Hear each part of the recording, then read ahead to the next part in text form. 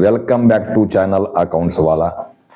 और मैं हूं आप सभी का कॉमर्स गुरु डॉक्टर प्रदीप गुप्ता सर। बच्चों, ये सीरीज जो मेरा भी आ रहा देखो स्मार्ट क्लासेस बोलकर, ये both standard students 11th and 12th दोनों के लिए वीडियो आ रहा है। ठीक है ना। कुछ सीरीज जो है वो दोनों के लिए है, उसके बाद ये केवल 11th के लिए सीरीज आएगा। हालांकि ये ऐसे टॉपिक हैं कि 12 के आगे के स्टूडेंट्स भी अगर इसको पढ़ते हैं देखते हैं तो उनको फायदा मिलना है। देखो, तो स्पेशल सीरीज जो मेरा स्मार्ट क्लासेस चल रहा है उसका सीरीज 1 में मैं आप लोगों को टाइप्स ऑफ गुड्स के बारे में बताया था। बहुत कुछ समझाने का प्रयास किया था टाइप्स ऑफ गुड्स के बारे में कि गुड्स के टाइप्स कितने होते हैं। देखो, मैं बात किया था टाइप्स ऑफ गुड्स कि गुड्स के जो टाइप्स होते हैं उसमें एक होता है ट्रेडिंग नेचर का गुड्स, ट्रेडिंग नेचर गुड्स, और सेकेंड होता है using nature goods. Using goods या यूजिंग नेचर गुड्स कह लो, ठीक है, जो यूज करने के लिए लिया जाएगा गुड्स। तो ये दो गुड्स की बात मैं किया था, ट्रेडिंग नेचर, यूजिंग नेचर। और गुड्स लिखा हुआ है तो मैं ये समझाया था कि उसको आप ट्रेडिंग नेचर समझो, और पर्टिकुलर नाम दिया हुआ है तो उसको एज्यूम कर लेना यूजिंग नेचर। तो उस वीडियो में मैं कंप्लीट आपको नॉलेज देने की प्रयास किया हूं गुड्स के बारे में, और बहुत ही काम की टॉपिक है ये, क्योंकि आगे कुछ टॉपिक अब आ रहे हैं उससे देखो ये लिंक्ड है। आपका ये कॉन्सेप्ट क्लियर रहेगा तो आगे की थ्योरी समझ में आएगा।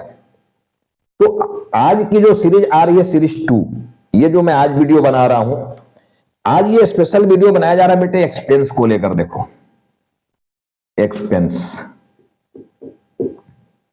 एक्सपेंसेस को लेकर मैं बनाने जा रहा हूं ये वीडियो। देखो, तो आज की वीडियो भी बहुत मजेदार होने वाला है, बहुत काम का वीडियो होने वाला है, बहुत कंसेप्चुअल वीडियो होने वाला है।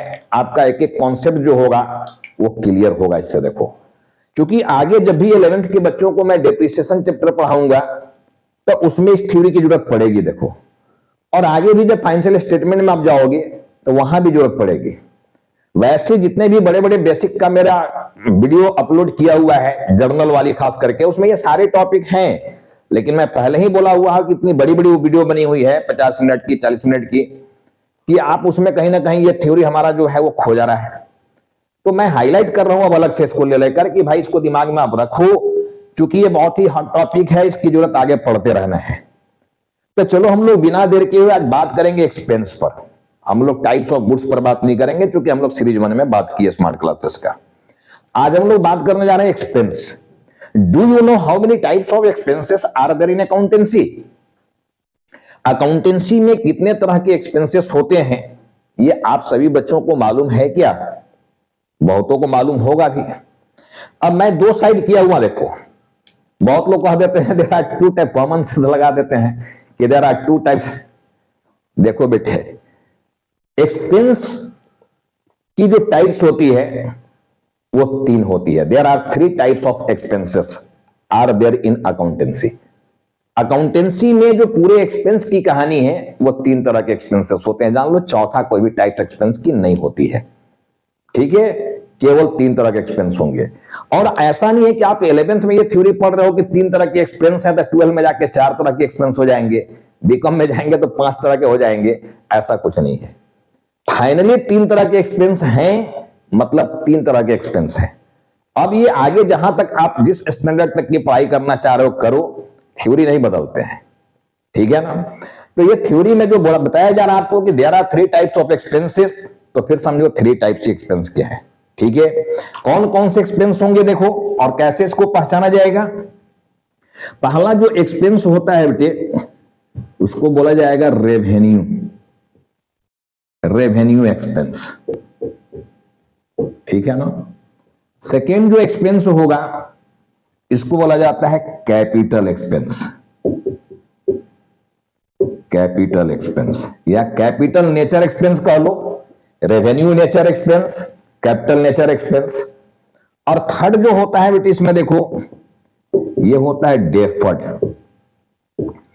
डेफर्ड रेवेन्यू एक्सपेंस, यानी डेफर्ड नेचर का एक्सपेंस। तो ये टोटल 3 तरह के एक्सपेंस होते हैं। देखो, बहुत ही मजेदार टॉपिक है, बहुत ही कमाल की टॉपिक है। देखो बहुत सारे कॉन्सेप्ट आपके इससे क्लियर होने वाले हैं। अब ये 3 तरह के एक्सपेंस है, ठीक है ना। Revenue nature expense, capital nature expense and deferred revenue nature expense. हम इसको कैसे बाइफरकेट करें, कैसे पहचाने कि किस एक्सपेंस को रेवेन्यू नेचर बोला जाएगा, किसको कैपिटल नेचर बोला जाएगा और किसको डेफर्ड नेचर का एक्सपेंस बोला जाएगा बेटे, ये कैसे पहचाना जाए। ठीक है, देखो वेरी सिंपल, मैं सीरीज 1 में टाइप्स ऑफ गुड्स के बारे में डिस्कशन कर चुका हूं, आपको बता चुका हूं। और अभी भी मैं लिखा था कि how many types of goods are there in accountancy, goods के कितने टाइप्स होते हैं। ठीक है, वैसे देखो जितने चीज भी आप बिजनेस में देख रहे हो वो सब के सब गुड्स हैं, जान लेना, सब के सब गुड्स हैं, जितना चीज आप देख रहे हो। हालांकि कुछ नहीं दिखने वाले भी इंटेंजिबल हमारे हैं, जिसको हम एसेट्स बोलते हैं, इंटेंजिबल गुड्स, इंटेंजिबल नेचर का, वो अलग बात है, चलो उस पर हम लोग आगे डिस्कस करेंगे। बट जितना चीज आप देख रहे हो वो सब के सब गुड्स हैं, ये जान लेना। अब गुड्स हैं तो उसमें हो क्या रहा है, अब उस गुड्स का हम करेंगे क्या। तो कुछ तो गुड्स जो होगा वो यूजिंग नेचर का होगा। मैं बिजनेस की बात कर रहा हूं, घर की बात तो कर नहीं रहा कि बिजनेस में जितने कुछ भी आप देख रहे हो सब गुड्स है। ठीक है, जो भी आप देख रहे हो, टच कर रहे हो, सब के सब गुड्स है। अब उसको बाइफरकेट करना है कि उसमें किस किस नेचर के गुड्स हैं। तो कुछ तो ट्रेडिंग नेचर के गुड्स होंगे जिसको आप बेचने के पर्पज से खरीदे हो, और कुछ यूजिंग नेचर के गुड्स होंगे जिसको आप यूज कर रहे हो। ठीक है, जैसे फर्नीचर मान लो है, अगर मोबाइल का दुकान है तो फर्नीचर जो भी आप लगाए होंगे, जो भी रैक होगा अलमीरा होगा, वो भी तो गुड्स है, लेकिन यूजिंग नेचर का है।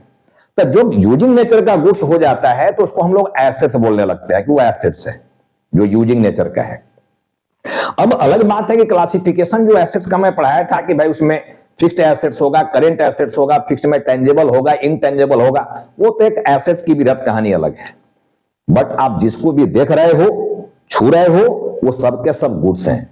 अब आपको बाइफरकेट करना है नेचर वाइज, किसमें किस नेचर का कौन सा गुड्स है। तो आपको सिंपली पहचानना है, बिजनेस आपका है भाई, तो आप तो पहचान ही सकते हो ना कि किस गुड्स को आप बेचने के पर्पज से लिए हो। जिस गुड्स को आप बेचने के पर्पज से लिए हो ट्रेडिंग नेचर का गुड्स है, और जिसको आप यूज करने के हिसाब से लिए हुए हो यूजिंग गुड्स है। ठीक है, तो देखो टाइप्स ऑफ गुड्स को जानना बहुत जरूरी था। देखो ये जो गुड्स हमारा है, मैं थ्योरी देखो बहुत ज्यादा याद नहीं कराता हूं भाई, समझो ये डायग्राम जो मैं बना रहा हूं उसी से समझना है। देखो ये जो गुड्स है, इसमें मैं बोला कि एक ट्रेडिंग नेचर का गुड्स होगा, यानी ट्रेडिंग गुड्स, और एक मैं बोला कि non trading that is using nature का गुड्स, यूजिंग गुड्स होगा, यूज करोगे आप। यूजिंग गुड्स को ही बोला जाता है एसेट्स भी, और ट्रेडिंग गुड्स को बोला जाता है देखो परचेज सेल। यहां वर्ड आता है परचेज सेल, परचेज करना है, सेल करना है, तो परचेज सेल वर्ड आना है। अब आप जहां से भी इस गुड्स को, चाहे वो ट्रेडिंग नेचर का गुड्स हो या यूजिंग नेचर का गुड्स हो, ये तो कहीं ना कहीं मार्केट से ही आप खरीद रहे हो। अब मार्केट से अपने दुकान तक, अपने ऑफिस तक लाने में, चाहे वो ट्रेडिंग नेचर का गुड्स हो या यूजिंग नेचर का गुड्स हो, कुछ कॉमन एक्सपेंस होगा। दोनों ही गुड्स पर कुछ कॉमन एक्सपेंस होगा। अरे भाई मार्केट में अगर फर्नीचर खरीदे हो तो क्या माथा पर थोड़े हम ढोके लाएंगे जी, ट्रांसपोर्ट चाहिए ना हमको, कैरी करना पड़ेगा ना, ऑटो से लाओगे, ठीक है, जिससे भी लाओगे आप, तो कैरी करके लाने के लिए अपने ऑफिस तक कुछ एक्सपेंस होंगे उस पर, ठीक है ना, कुछ पे कुछ एक्सपेंस होंगे। अब जो एक्सपेंस आपके हो रहे हैं, ठीक है, अगर आप ट्रेडिंग नेचर का गुड्स खरीद रहे हो तो देखो कैरेज आपको लगेगा, फ्रेट लगेगा, वेजेज लगेगा। अब यही सेम चीज देखो यहां भी लगेगा, यहां भी कैरिंग कॉस्ट लगेगा, कैरेज यहां भी लगने वाला है, यहां भी फ्रेट लगने वाला है, भाड़ा, यहां भी आपका वेजेज लगने वाला है। दोनों ही गुड्स पर कुछ कॉमन एक्सपेंस हो रहे हैं। अब पहचानना है कि किस एक्सपेंस को हम रेवेन्यू बोले, किस एक्सपेंस को मैं कैपिटल बोलूं और किसको मैं डेफर्ड बोलूं, यही पहचानना है। तो इसको पहचानने में टाइप्स ऑफ गुड्स मेरी मदद करेगी। टाइप्स ऑफ गुड्स जो है ये हमारी हेल्प करेगी पहचानने में। देखो देखो, जिस एक्सपेंस का संबंध रिलेशन ट्रेडिंग गुड्स से होगा, ट्रेडिंग गुड्स से, ये रेवेन्यू एक्सपेंस कहलाएगा। सीधा सीधा समझना बात को। जो एक्सपेंस ट्रेडिंग गुड्स से बिलोंग करेगा उसको कहा जाएगा revenue nature expense, revenue expense. और जिस गुड्स का संबंध यूजिंग गुड्स से, जिस एक्सपेंस का संबंध यूजिंग गुड्स से होगा उसको कहा जाएगा capital nature expense. Very simple है। देखो, जो एक्सपेंस आप ट्रेडिंग गुड्स के लिए किए हो उसको कहा जाता है रेवेन्यू नेचर एक्सपेंस, लेकिन जो एक्सपेंस आप यूजिंग गुड्स पर किए हो उसको कहा जाता है कैपिटल नेचर एक्सपेंस। अब बच गया डेफर्ड। मैं उधर आ रहा हूं, पहले ये दो को समझो। अब क्लियर हो गया होगा खुद कि आपको ये बात समझ में बहुत क्लियर कट आ गई होगी। बहुत मजा आया होगा कि देखो कितनी आसानी से एक्सपेंस को पहचान पा रहे हैं। जो भी एक्सपेंस आप ट्रेडिंग गुड्स पर कर रहे हो, ट्रेडिंग गुड्स को लाने में, अपने ऑफिस तक जो भी एक्सपेंस किए हो, लाने में अपने ऑफिस तक जो भी एक्सपेंस किया वो रेवेन्यू नेचर एक्सपेंस है, रेवेन्यू एक्सपेंस। या यूजिंग गुड्स को लाने में जो भी एक्सपेंस किया अपने ऑफिस तक लाने में वो कैपिटल नेचर एक्सपेंस है। बस सीधा सीधा बात समझना है। ट्रेडिंग गुड्स पर एक्सपेंस किया दैट इज रेवेन्यू, लेकिन आप यूजिंग नेचर पर कर दिया दैट इज कैपिटल। अब देखो, ये रेवेन्यू नेचर जो एक्सपेंस होते हैं इसके दो टाइप्स होते हैं। देखो, इसके दो, एक होता है इसमें डायरेक्ट एक्सपेंस, डायरेक्ट एक्सपेंस, और एक होता है indirect expense, indirect expense. Direct expense and indirect expense, ये जो टाइप्स होते हैं रेवेन्यू एक्सपेंस के टाइप्स होते हैं, देखना, डायरेक्ट एंड इनडायरेक्ट। अब मैं कैसे पहचानूं कौन सा एक्सपेंस को डायरेक्ट बोला जाएगा, किसको इनडायरेक्ट बोला जाएगा? देखो, expenses related with, expenses related with purchase, purchase and factory is called direct expense. जिस एक्सपेंस का संबंध परचेज से हो, फैक्ट्री से हो, यानी मैन्युफैक्चरिंग, मैन्युफैक्चरिंग सेक्टर है तो जो एक्सपेंस फैक्ट्री में हुआ है, ये सब डायरेक्ट नेचर के एक्सपेंस होते हैं। देखो, जो ट्रेडिंग अकाउंट में जाएंगे जब हम लोग फाइनेंशियल स्टेटमेंट पढ़ेंगे, फाइनल अकाउंट। लेकिन जिस एक्सपेंस का संबंध expenses related with sales and office, जिस एक्सपेंस का संबंध ऑफिस से होगा वो इनडायरेक्ट एक्सपेंस कहलाएगा। जैसे मान लो कि आप ऑफिस जो भी खोले हो, शोरूम, उसमें बहुत सारे स्टाफ हैं, उनकी सैलरी पेमेंट करोगे आप, तो जो सैलरी पेमेंट कर रहे हो वो ऑफिशियल एक्सपेंस है, यानी इनडायरेक्ट है। लेकिन बोलोगे सर अगर मैन्युफैक्चरिंग सेक्टर है तो फैक्ट्री में भी तो स्टाफ है, उनकी भी तो सैलरी दिया जा रहा है। हाँ, अगर फैक्ट्री से रिलेटेड एक्सपेंस हो जाएगा, फैक्ट्री से रिलेटेड अगर सैलरी हो जाएगा या वेजेज हो जाएगा फैक्ट्री से रिलेटेड, तो वो सब के सब डायरेक्ट एक्सपेंस होंगे। लेकिन ऑफिशियल नेचर एक्सपेंस जो भी होने हैं वो सब के सब इनडायरेक्ट होंगे। ठीक है ना? अब रेंट पेमेंट कर रहे हो ऑफिस का तो आपका इनडायरेक्ट एक्सपेंस में आ जाएगा वो। लेकिन वही रेंट अगर आप पेमेंट कर रहे हो फैक्ट्री का तो डायरेक्ट एक्सपेंस हो जाएगा वो। सीधा सीधा कहानी है भाई, देखो, सीधा सीधा बात समझना है।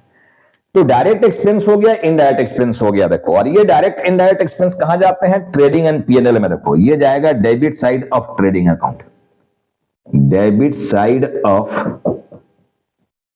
Trading account. Trading account financial statement जब पढ़ोगे वहां हम लोग बहुत डीप डिस्कशन करेंगे इसके लिए। और आपका देखो इनडायरेक्ट एक्सपेंस जो है ये जाता है debit side of profit and loss account, PNL account, वहां जाने वाला है। देखो ये तो आपका देखो ये टॉपिक में क्लियर किया, रेवेन्यू एक्सपेंस को कैसे पहचानेंगे और कहां इसका ट्रीटमेंट हो रहा है, कहां जा रहा है, ये समझा है। अब मैं आ रहा हूं कैपिटल एक्सपेंस पर, समझो। देखो, कैपिटल एक्सपेंस मैं अभी बात किया कि जिस एक्सपेंस का संबंध यूजिंग गुड्स से हो, जैसे मान लो कि एक सोफा सेट खरीदे हो, सोफा जिसको हम फर्नीचर ही कह रहे हैं, अपने घर के लिए खरीदे हो या अपने ऑफिस में यूज करने के लिए खरीदे हो, घर की बात ना करके चलो ऑफिस में ही यूज करने के लिए खरीदे हो, ऑफिशियल यूज होगा ये। अब ये मान लो सोफा आप खरीदे हो 40,000 में, 40K में खरीदे हो, 40,000। लेकिन वहां जहां खरीदे हो इसको, जिस मार्केट में, वहां से अपने ऑफिस तक लाने में इसमें 1000 रुपीज का कैरिंग कॉस्ट लग गया, कैरेज लग गया इस पर मान लो। ढुलाई, कैरेज लग गया इस पर 1000 रुपीज का। अब ये ऑफिस में पहुंच गया, ऑफिस आ गया।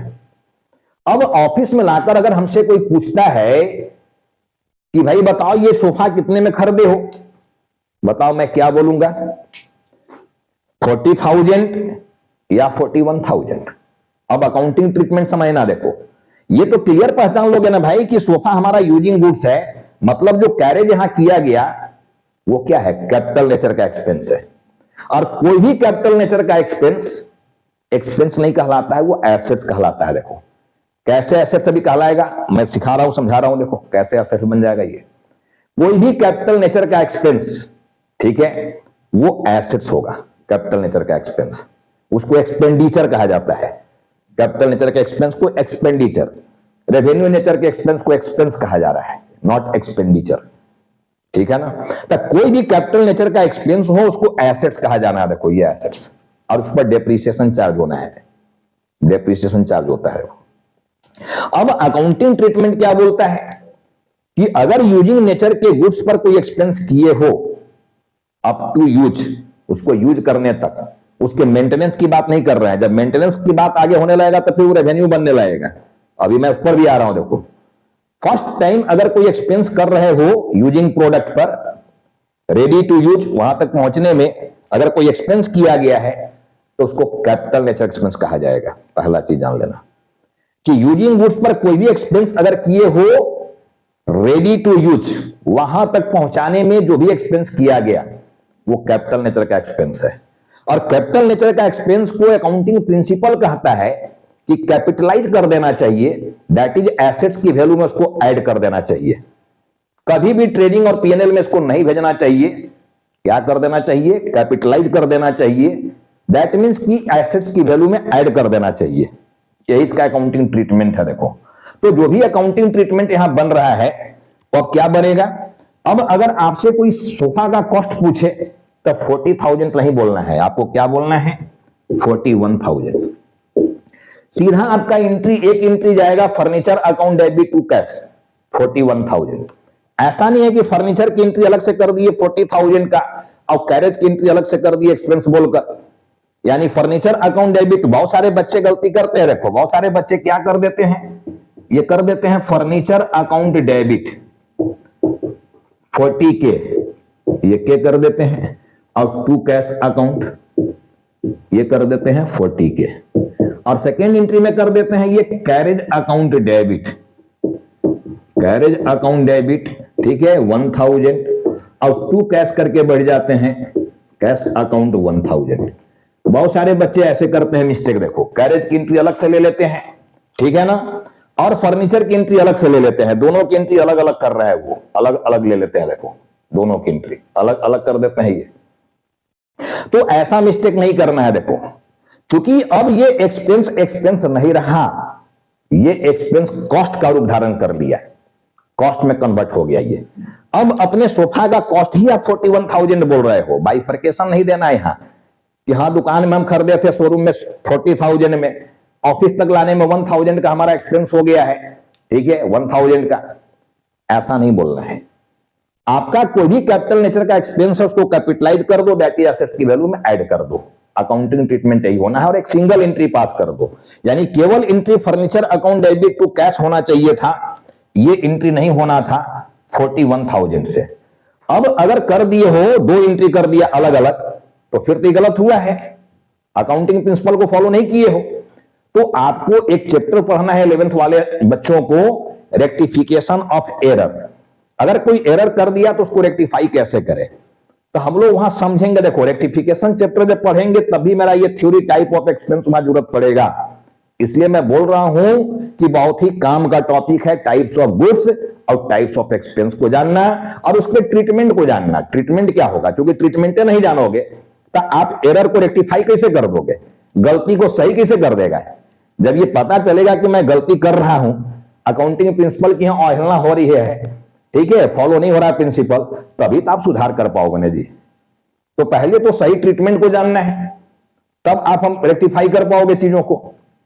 तो सीधा सीधा बोल दिया गया कि कैपिटल अगर एक्सपेंडिचर है, कैपिटल एक्सपेंस है, तो उसको कैपिटलाइज कर देना है, यानी एसेट्स की वैल्यू में ऐड कर देना है, उसको डायरेक्ट मानकर या रेवेन्यू मानकर ट्रेडिंग पीएनएल में नहीं भेजना है हमको, ऐसा नहीं करना है। पहचान तो समझा ही दिए, कैसे पहचानोगे?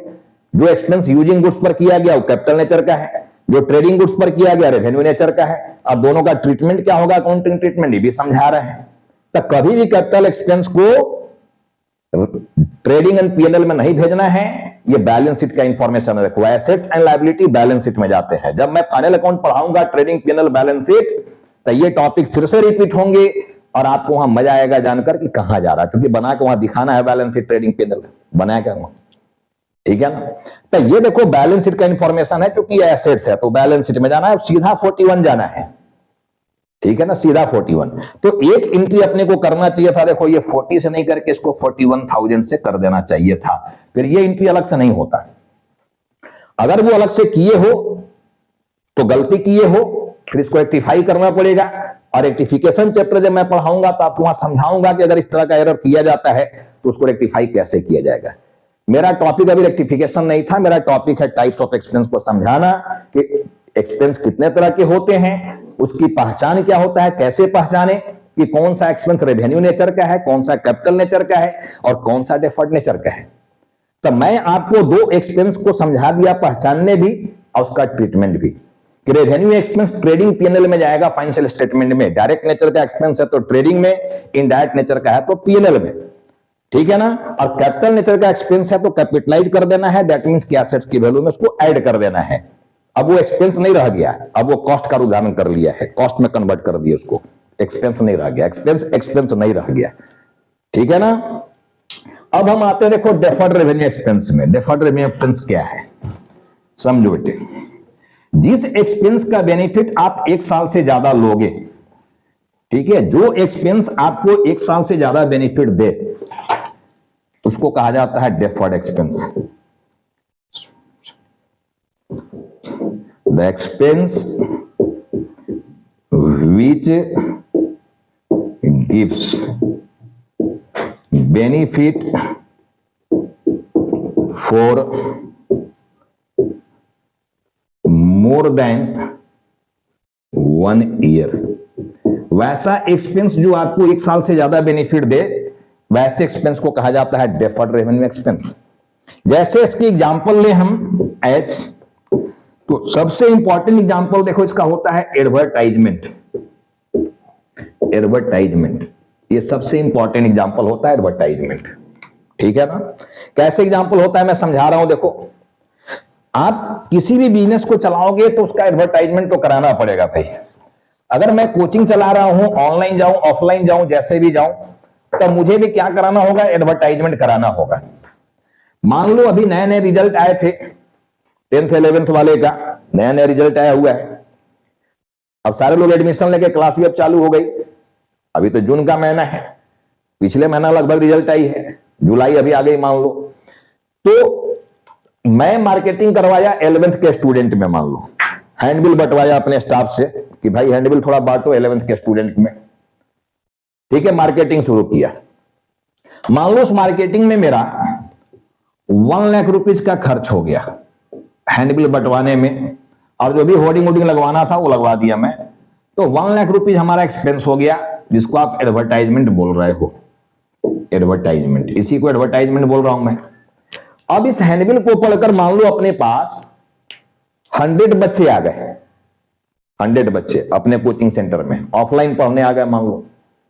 अब अगर वो बच्चे सारे के सारे पढ़ के हमसे सेटिस्फाई हैं और उनका रिजल्ट भी बहुत बढ़िया हो रहा है और बाकी चीज भी फेवरेबल है उनके लिए, बताओ वो 12 में कहीं और जाएंगे या मेरे पास ही वो कंटिन्यू करेंगे? मैक्सिमम बच्चे बोलोगे सब कुछ ठीक है सर, क्वालिटी सही है, प्राइस सही है, सब कुछ सही है, तो मैक्सिमम बच्चे तो यहीं आएंगे या मैक्सिमम लोग रिपीट करेंगे यहां पर। सही बात है, करेंगे रिपीट। हालांकि सबके सब नहीं करेंगे। देखो, अगर 100 स्टूडेंट्स हमारे पास आए थे, 100 स्टूडेंट्स अगर हमारे पास आए थे 11th में और वो पढ़कर फुली सेटिस्फाई हमसे हैं और उनकी रिजल्ट भी अच्छी हुई है, ठीक है ना, तो 12 में ही आएंगे। लेकिन इसमें से 10% लगभग बच्चे हमारे क्या है, क्विट कर जाएंगे। देखो 10%, दैट इज 10 स्टूडेंट, ये क्विट करेंगे। ये हर बिजनेस की दस्तूर है। देखो हर बिजनेस का ऐसा रूल्स है कि 10% बच्चे जो है वो 10% बच्चे भागेंगे। अब 90 स्टूडेंट्स ही हमारे कंटिन्यू किए 12 में। अब बताइए 90 को कंटिन्यू करने के लिए 12 में फिर से इनको एडवर्टाइज करना पड़ेगा क्या? हमको फिर से इनको विज्ञापन देना होगा क्या? तब आएंगे क्या? या मेरे बारे में सब कुछ जान चुके हैं, मेरा ऑफिस देख चुके हैं, क्लास देख चुके हैं, सब कुछ देख चुके हैं, तो इन पर हमारा कोई एक्स्ट्रा एक्सपेंस करना है क्या फिर से? नहीं, सीधा मेरे पास आएंगे। अब बोलोगे सर 10 स्टूडेंट तो भाग गए, बताओ मेरा कोई नुकसान? हाँ, प्रेजेंट नुकसान हो रहा है 10 स्टूडेंट्स का, उसकी फीस हमको नहीं मिलेगा। लेकिन 90 स्टूडेंट्स अगर पढ़ के सेटिस्फाई हैं, मतलब ये मिस्टेक, ये गलती इंस्टीट्यूशन का नहीं है। कैंडिडेट अगर 10% भागे हैं, मतलब वो दोस्त कैंडिडेट का है, टीचर का नहीं। अगर 90 स्टूडेंट्स भाग जाते तब बोला जाता कि टीचर में कमी है, टीचर की प्रॉब्लम है ये, ठीक है ना। लेकिन यहां आने वाले की संख्या मेजर है, भागने वाले की माइनर है। तो बच्चों की प्रॉब्लम है जो भागे हैं। अब भाई क्लास में आप नहीं सुनोगे, क्लास को आप ठीक से नहीं ध्यान दोगे क्लास में, तो समझोगे कहां से बात को? आप आए हो लेकिन कहीं और डिस्टर्ब हो, कहीं और ध्यान लगाए हुए हो, तो इसमें टीचर का फॉल्ट कहां है? ठीक है ना, टीचर की कोई फॉल्ट नहीं है। तो अब 90 स्टूडेंट जो हमारे पास आएंगे, इनको फिर से हमको ऐड देने की जरूरत नहीं है। दूसरा चीज की प्रेजेंट नुकसान आपको 10 का दिख रहा था, लेकिन फ्यूचर बेनिफिट देखो क्या है। अब ये जो 90 बच्चे आएंगे वो कहीं भी नेक्स्ट नए बच्चे को मेरे बारे में ही बोलेंगे, मेरे कोचिंग के बारे में बोलेंगे, और अपने साथ 10, 20, 25 बच्चों को और ऐड कर लेंगे, यानी न्यू बच्चे इसमें ऐड हो जाएंगे। और देखो और बच्चे इसमें आ जाएंगे, तो मेरा कहां नुकसान हो रहा है? कोई नुकसान नहीं हो रहा है। तो कोई भी संस्था ऐसे ही चलता है। देखो कुछ पुराने लोग जाएंगे और नए लोग जुड़ेंगे, क्योंकि नोबडी कैन चैलेंज ना, कोई भी चैलेंज नहीं करता है कि मैं सबको सेटिस्फाई कर दूंगा, जितने लोग हमारे पास है सबको फुली सेटिस्फेक्शन दे देंगे। नहीं, मैं ही ये वीडियो बना के आपको दे रहा हूं। अब यूट्यूब पर तो भरमार वीडियो पड़े हुए हैं भाई, तो मैं फुल फ्लेजर अब आपको गारंटी कैसे दूं? ये तो गारंटी आपको देना है कि हाँ सर जो आप पढ़ा रहे हो वो पूरी बात अपने को समझ में आ रही है। तब बस वही मेरा रिजल्ट है। मैं समझ जाता हूं कि हाँ बच्चे समझ रहे हैं, सब है, मेरी क्लास अच्छा लग रहा है उनको, ठीक है, फायदा उठा रहा है, वो कुछ सीखने के लिए मिल रहा है उनको। तो बात ये होती है। देखो अब ये डेफर्ड नेचर का एक्सपेंस को समझ गए हो कि एक्सपेंस एक बार किए, लेकिन बेनिफिट, अब हमने एक्सपेंस 11th में किया था, बेनिफिट 12 में भी लिया, 12 में अलग से उनके लिए कोई ऐड नहीं देना पड़ेगा। बीकॉम में आएंगे तो बीकॉम में भी 4 साल की बेनिफिट उठाएंगे हम। एमकॉम में गया तो वहां भी 1-2 साल का बेनिफिट लेंगे, और सीए कॉस्टिंग सीएस करने चला गया वहां भी बेनिफिट उठाएंगे। एक्सपेंस एक बार किए, बेनिफिट कितने साल तक उठा रहे देखो। तो वैसा एक्सपेंस जिसका लाभ, जिसका बेनिफिट किसी भी संस्था को 1 साल से ज्यादा मिल जाए, वैसे एक्सपेंस को कहा जाता है डेफर्ड रेवेन्यू एक्सपेंस। अब ये डेफर्ड रेवेन्यू एक्सपेंस का ट्रीटमेंट मैं आगे भी समझाऊंगा आपको फाइनेंशियल स्टेटमेंट में, वहां भी समझना है।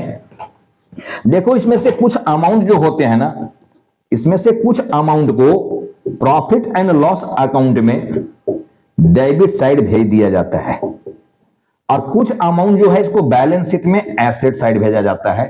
अकाउंटिंग ट्रीटमेंट यही होता है। देखो कुछ expense profit and loss account के डेबिट में जाएंगे, और कुछ एक्सपेंस एसेट साइड में चले जाते हैं।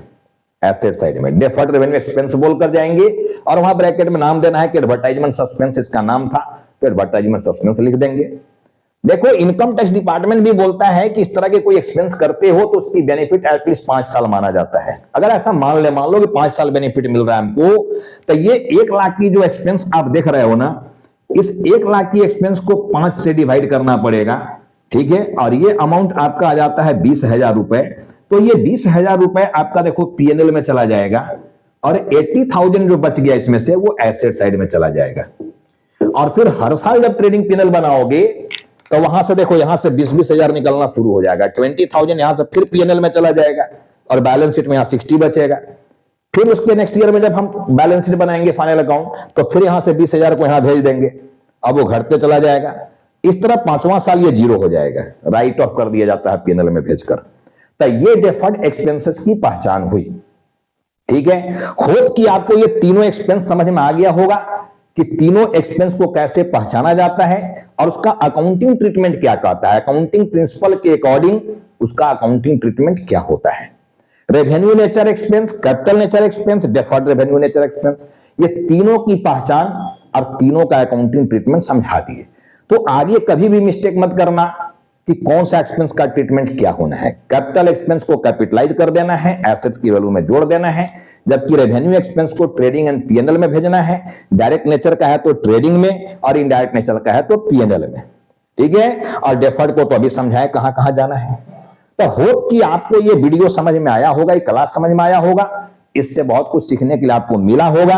आज की टॉपिक जो हमारा एक्सपेंडिचर था ये समाप्त हुआ, इसको यहीं पर एंड कर रहे हैं। अगला सीरीज जो हम 3 लाएंगे वो अगले नए टॉपिक पर लाएंगे 11th के स्टूडेंट के लिए, ठीक है। तो आप इस वीडियो को देखिए और बुक से भी प्रैक्टिस बनाइए।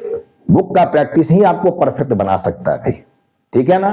और जो भी बच्चे अभी तक मेरे वीडियो को शेयर नहीं किए हो, लाइक नहीं किए हो, ये सब कर लो भाई, और ज्यादा से ज्यादा स्टूडेंट के बीच में, ठीक है ना, उसको शेयर कीजिए। और अभी तक सब्सक्राइब नहीं किए हो चैनल को सब्सक्राइब करो, ठीक है। चलो वीडियो को आज यहीं स्टॉप करते हैं, हम लोग फिर अब मिलते हैं अगले सीरीज में, सीरीज नंबर 3 में।